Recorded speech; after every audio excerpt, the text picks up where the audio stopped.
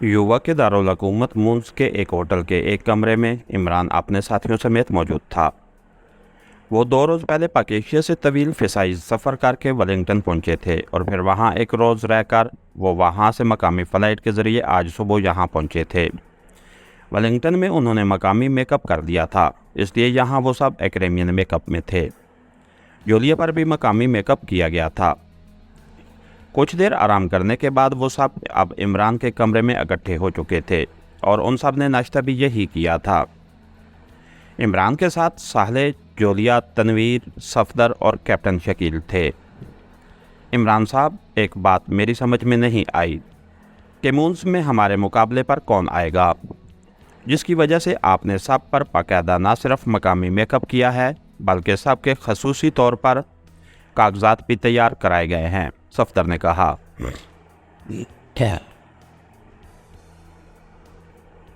बज़ाहिर तो कोई ग्रुप मुकाबले पर नहीं है, बल्कि उन्हें यह भी मालूम नहीं है कि हमने ये मालूम कर दिया है कि हार्च का सब हेडक्वार्टर मून्स में है। लेकिन मैंने एहतियातन ये सब कुछ इसलिए किया है कि नाराक में जब से हेडक्वार्टर के चीफ स्टैचू को हमारे आदमी सार्जेंट ने अगवा कराया था तो फौरी एक्शन करके ना सिर्फ स्टैचू को छुड़ा लिया गया बल्कि सार्जेंट और उसके कई साथियों को भी हलाक कर दिया गया। उससे 2 बातें सामने आती हैं। एक तो ये कि उन्हें मालूम हो गया है कि सार्जेंट ने यह अगवा पाकेशिया के अली इमरान के कहने पर किया, और दूसरी बात यह कि हार्च के पास अगर नाराक में इस कदर तेज़ तरार ग्रुप्स मौजूद हैं तो यहाँ मून्स में जहाँ उनका सब हेडक्वार्टर है यहाँ लाजमन नाराक से भी ज़्यादा तेज़ तरार ग्रुप्स मौजूद होंगे। और स्टैचू के अगवा में इमरान के मुलविस होने का मतलब है कि पाकेशिया सीक्रेट सर्विस हार्च के खिलाफ हरकत में आ चुकी है, क्योंकि सीक्रेट सर्विस हर लिहाज से मैं ही हूँ। आप लोग तो सिर्फ तोफैली कहलाए जा सकते हैं। इमरान बड़े संजीदा लहजे में गुफ्तगू करते करते आखिर में अपनी आदत के मुताबिक पटड़ी से उतर गया तो सिवाय जूलिया और तनवीर के बाकी सब बेख्तियार हंस पड़े। ये तुम हमें तोफैली क्यों कह रहे हो, जो असल सीक्रेट सर्विस है, और तुम तो सिर्फ किराए के एक सिपाही हो, तनवीर ने यकलख्त पड़कते हुए लहजे में कहा। तुम्हें तोफैली का लफ्ज़ बुरा लगा है तो चलो तालियां बजाने वाले कह देता हूँ, इमरान ने कहा तो तनवीर बेख्तियार एक झटके से उठ खड़ा हुआ। बैठ जाओ तनवीर, यकलख्त जूलिया ने इंतहाई सख्त लहजे में कहा तो तनवीर इस तरह जूलिया को देखने लगा जैसे उसे यकीन ना आ रहा हो कि यह लहजा वाकई जूलिया ने उसके लिए इख्तियार किया है। फिर इसे समझा लो वरना, तनवीर ने बड़ा फरोख्ता लहजे में कहा और दोबारा कुर्सी पर बैठ गया। अब तुम्हारा प्रोग्राम क्या है? इस हेडक्वार्टर को किस तरह ट्रेस करेंगे? जूलिया ने इमरान से मुखातिब होकर उसी तरह संजीदा लहजे में कहा। अखबारात में इश्तिहार दूंगा, टीवी के तमाम दिलकश और ख़ूबसूरत चैनल्स पर इश्तिहार दिए जाएंगे, और अगर यहाँ डंडोरा पीटने का रवाज अभी तक मौजूद हुआ तो डंडोरा भी पीटवा दूंगा, इमरान ने जवाब देते हुए कहा तो जूलिया का चेहरा यकलख्त आग की तरह तप उठा। इमरान साहब, आप तो खुद इंसानी नफ्सियात के बड़े माहिर हैं। क्या आप इतना बता सकते हैं कि आपको ये किस किस्म का कम्प्लेक्स है कि आप दूसरों का मजाक उड़ाकर और उनकी बेबसी देखकर लुत्फ़ अंदोज़ होते हैं? साहले ने जूलिया के बोलने से पहले ही कह दिया, लेकिन उसके लहजे में भी गुस्से की झलकियाँ मौजूद थीं। ये इंतहाई बेरहम और सफाक दिल आदमी है, इमरान के बोलने से पहले तनवीर ने कहा। नहीं तनवीर साहब, सफाकी और संगदिली और होती है, ये तो कोई ख़ास नफ्सियाती पेचीदगी है, साले ने फ़ौरन ही जवाब देते हुए कहा। इसे मेरे ख्याल में एहसास बर्तरी कहा जाता है और ये दरअसल एहसास कमतरी की ही एक शक्ल होती है, अचानक कैप्टन शकील ने कहा, और फिर कमरे में बाकायदा एहसासात और नफसियाती पेचीदगियों पर बहस शुरू हो गई, जबकि इमरान खामोश बैठा हुआ हर एक की सुन रहा था, जैसे ये सब बातें उसके लिए नई हों कि अचानक फ़ोन की घंटी बज उठी तो सब यकलख्त खामोश हो गए। इमरान ने हाथ बढ़ाकर रिसीवर उठा लिया। बेशुमार नफसियाती गिरोहों, पेचीदगियों और लातादाद एहसासात का मरीज़ माइकल बोल रहा हूँ। इमरान ने रिसीवर कान से लगाते ही कहा तो सबके मुंह बेख्तियार पिंच गए। उनके शायद तसव्वुर में भी न था कि इमरान इस तरह भी बात कर सकता है। मैं बाकारी बोल रही हूँ मिस्टर माइकल। मेरा ताल्लुक़ मकामी महकमा सियाहत से है। मैं आपसे मुलाकात चाहती हूँ, क्या आप मुझे कुछ वक्त अनायत करेंगे? दूसरी तरफ से एक इंतहाई मुतरन्निम निस्वानी आवाज़ सुनाई दी। क्योंकि इमरान ने रिसीवर उठाते ही लाउडर का बटन प्रेस कर दिया था, इसलिए बाकारी की आवाज़ सबको सुनाई दी थी। कितना वक्त चाहिए आपको, अंदाज़न बता दें, इमरान ने कहा। ज़्यादा नहीं, सिर्फ 10-15 मिनट, दूसरी तरफ से कहा गया। ओके, तशरीफ़ ले आएं, इमरान ने कहा और रिसीवर रख दिया। ये क्यों आ रही है? जोलिया ने कहा। उसने बताया है कि उसका ताल्लुक़ महकमा सियाहत से है और यकीनन उसने मुझे देख लिया होगा कि मुझ जैसा वजीह, दिलकश और ख़ूबसूरत सियाह आज से पहले कभी सरज़मीन मुंज़ पर ना आया होगा, इमरान ने जवाब देते हुए कहा और एक बार फिर सब बेख्तियार हंस पड़े। चंद लम्हों बाद दरवाजे पर दस्तक हुई तो सफदर उठा और तेज़ी से दरवाजे की तरफ बढ़ गया। उसने दरवाज़ा खोल दिया। दूसरे लम्हे एक इंतहाई मुतनासिब और ख़ूबसूरत जिस्म की मालिक खातून, जिसने शौक रंग का सिगरेट पहना हुआ था, मुस्कराती हुई अंदर दाखिल हुई। मेरा नाम बाकारी है, उसने अंदर दाखिल होकर मुस्कराते हुए कहा तो इमरान उठ खड़ा हुआ। उसके उठते ही बाकी साथी भी उठ खड़े हुए। अरे अरे बैठें, मैं तो एक मामूली सी सरकारी मुलाजिम हूँ और आप तो स्याह हैं, बाकारी ने कहा। मेरा नाम माइकल है, इमरान ने कहा तो बाकारी ने मुस्कुराते हुए मुसाफिया के लिए हाथ बढ़ा दिया। सॉरी, मेरे हाथ पर एलर्जी है। I am really sorry, Imran ने कहा। ओह अच्छा, दिखाएं हाथ, ये तो इंतहाई अहम मसला है। महकमा सेहत को इसकी फौरी रिपोर्ट करना पड़ेगी। बाकारी के चेहरे पर इंतहाई तशवीश के तासुरात उभर आए। ये छूत छात वाली एलर्जी नहीं है, इखलाकी एलर्जी है, इमरान ने कहा। इखलाकी एलर्जी? वो क्या होती है? बाकारी ने और ज़्यादा हैरान होते हुए कहा। लेकिन इस गुफ्तगू का नतीजा ये निकला कि उसने किसी से भी, हत्ता कि जोलिया और साले से भी मुसाफिया करने की कोशिश नहीं की और वो कुर्सी पर बैठ गई। एलर्जी की इंतहाई जदीद दरियाफ्त शुदा किस्म है। ये बेज़रर सी होती है। बहरहाल फरमाइए, क्योंकि आपने वक्त भी इंतहाई महदूद लिया है, इमरान ने कहा तो बाकारी बेख्तियार हंस पड़ी। आप वाकई दिलचस्प और ख़ूबसूरत बातें करते हैं। ये देखिए मेरा कार्ड। बाकारी ने हाथ में पकड़े हुए लेडीज़ पर्स को खोलकर उसमें से एक कार्ड निकालकर इमरान की तरफ बढ़ाते हुए कहा।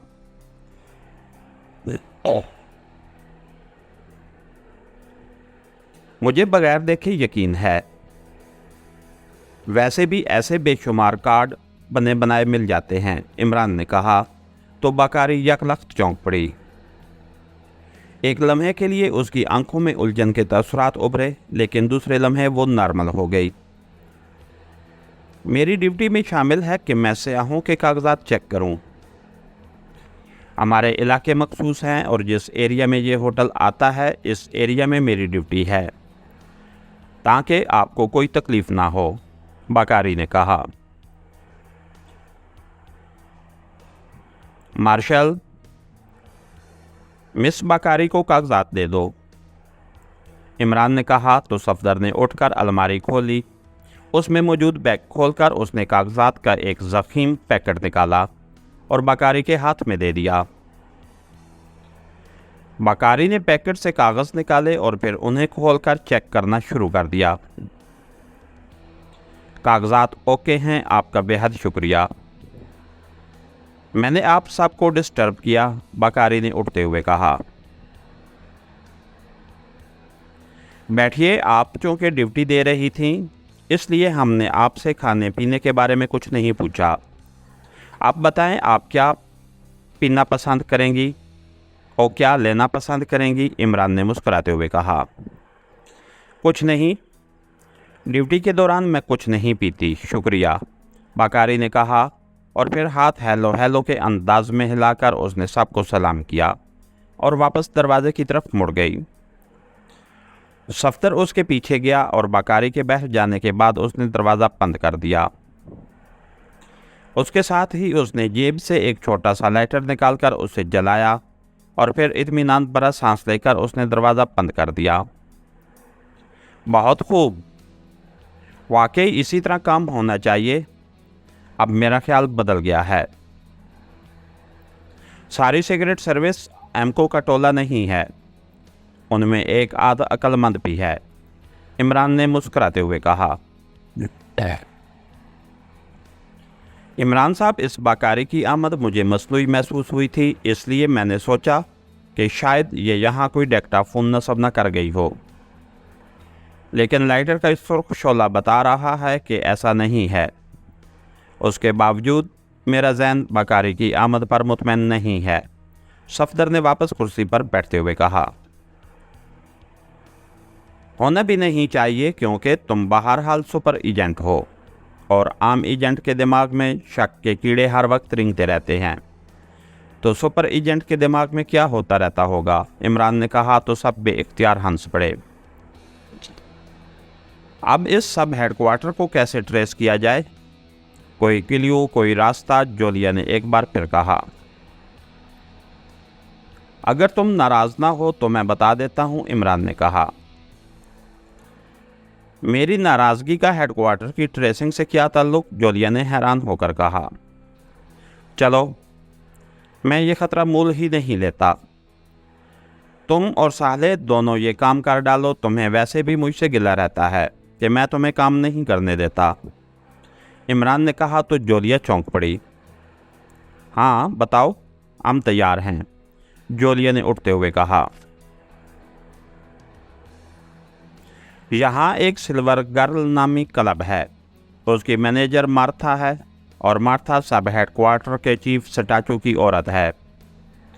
जब वो नाराक में रहता था तो मार्था वहाँ आती जाती रहती थी। अब स्टैचू भी यहाँ है और मार्था भी। ये मार्था कई बार स्टैचू से मिलने सब हेडक्वार्टर भी जा चुकी है। वो हो सकता है कि अब इमरजेंसी के सिलसिले में उसका वहाँ दाखिला ममनू हो, लेकिन बहरहाल वो इस सब हेडक्वार्टर की लोकेशन और बाकी बातें तो बता सकती है, इमरान ने कहा। बिल्कुल बताएगी, क्यों नहीं बताएगी, जोलिया ने चौंक कर कहा।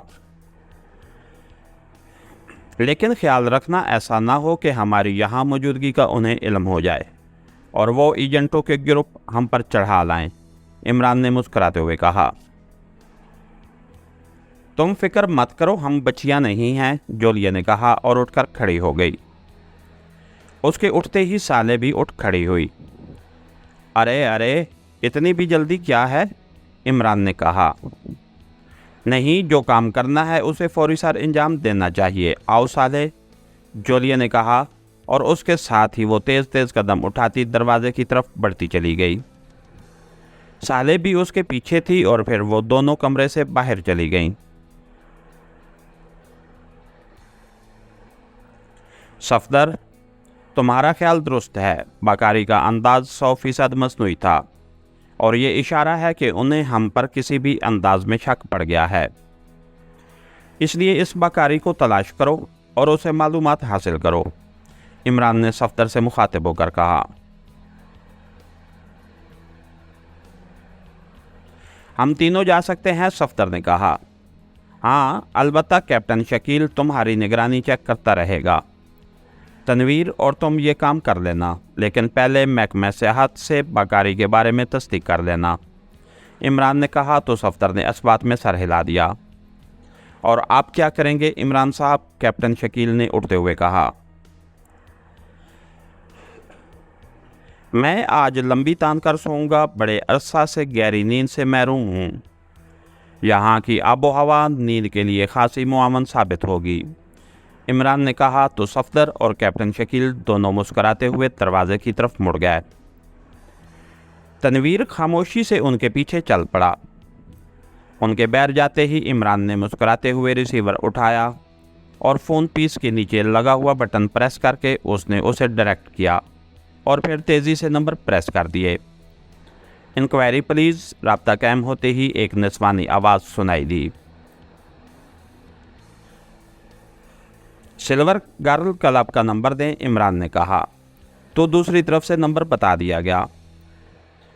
इमरान ने ओके कहकर करेडल दबाया तो ट्यून आने पर उसने नंबर प्रेस करने शुरू कर दिए। Silver girl club.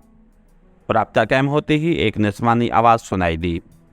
लहजा बेहद मुहज़्ज़ब और शाइस्ता था और इमरान समझ गया कि ये क्लब गुंडों और बदमाशों की आमा जगह होने की बजाय आला तबके और शुरफा का है।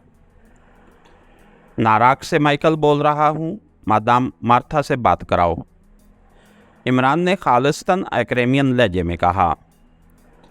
होल्ड करें, दूसरी तरफ से कहा गया।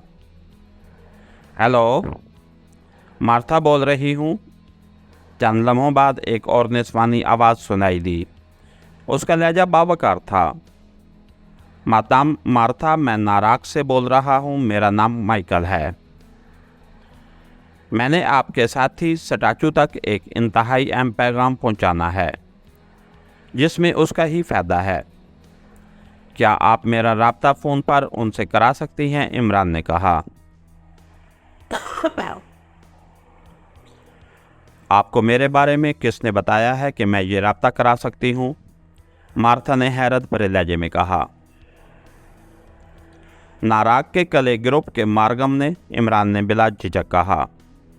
ओह अच्छा, लेकिन स्टैचू से आपका राब्ता नहीं हो सकता।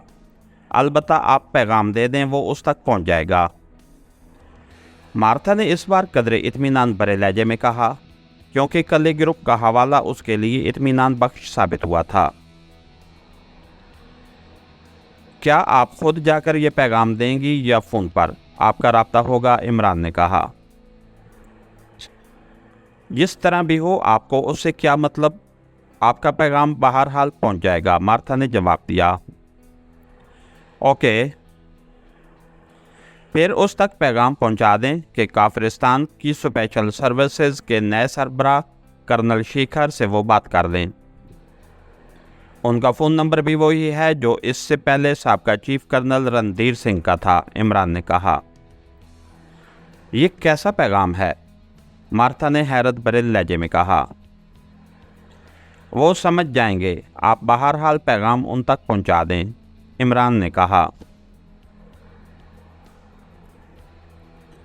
ओके, पहुंच जाएगा पैगाम, दूसरी तरफ से कहा गया तो इमरान ने गुड बाय कहकर करेडल दबाया और फिर ट्यून आने पर उसने इंक्वायरी से यहाँ से काफिरिस्तान और उसके दारुल हुकूमत के राब्ता नंबर मालूम किए और फिर नंबर प्रेस कर दिए।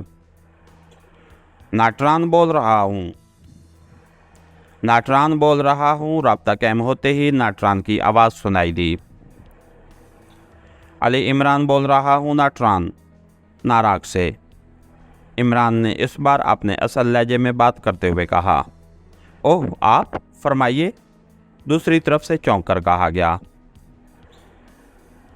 चीफ ने तुम्हें कहा था कि तुम कर्नल रणधीर सिंह का फ़ोन नंबर लिंक कर लो, क्या तुमने ऐसा किया है? इमरान ने कहा। जी हाँ, बल्कि ये नंबर अब मेरे पास है। हुकूमत ने यह नंबर क्लोज कर दिया था, मैंने एक्सचेंज से मिलकर उसे खुफिया तौर पर बहाल रखा हुआ है, लेकिन अभी तक उस पर कोई कॉल नहीं हुई, नाटरान ने जवाब देते हुए कहा। अब कॉल आएगी एक शख्स स्टैचू की। तुमने फ़ोन के साथ साथ ट्रेसिंग कंप्यूटर भी लिंक कर देना है और उस पर एक्रेमिया की रियासत युवा के दारुल हुकूमत मून्स का तफसीली नक्शा फिक्स कर देना है। तुमने सिर्फ ये चेक करना है कि गाल मून्स के किस इलाके से की जा रही है, इमरान ने कहा। क्या ये वही हार्च का सिलसिला है, इमरान साहब? नागरान ने कहा। हाँ, स्टैचू हार्च के सब हेडक्वार्टर का इंचार्ज है और कर्नल रणधीर सिंह ने हार्च से पाक एशिया के तरलाम डैम को तबाह करने का मुआहदा किया है, इमरान ने कहा। अब मैंने क्या कर्नल रणधीर सिंह बनकर बात करनी है, नागरान ने कहा। ओह नहीं, अच्छा हुआ कि तुमने याद दिला दिया, वरना ये अहम तरीन बात मैं भूल ही गया था। तुमने कर्नल शेखर के नाम से बात करनी है। अब स्पेशल सर्विसेज का चीफ कर्नल रणधीर सिंह की जगह कर्नल शेखर बन चुका है। बाकी तुम खुद समझदार हो। मैं तुम्हें फिर फ़ोन करूंगा, इमरान ने कहा और रिसीवर रख दिया। अब उसके चेहरे पर इत्मीनान के तसरात उभर आए थे। उसने अपने तौर पर सब हेडक्वार्टर को ट्रेस करने का इंतज़ाम मुकम्मल कर दिया था। इसके साथ ही हमारी आज की एपिसोड का इख्तिताम हुआ। कहानीगर चैनल को लाइक कीजिए, सब्सक्राइब कीजिए और बेल आइकन को प्रेस कर दीजिए ताकि हर आने वाली नई वीडियो आप तक बर वक्त पहुँच सके। शुक्रिया।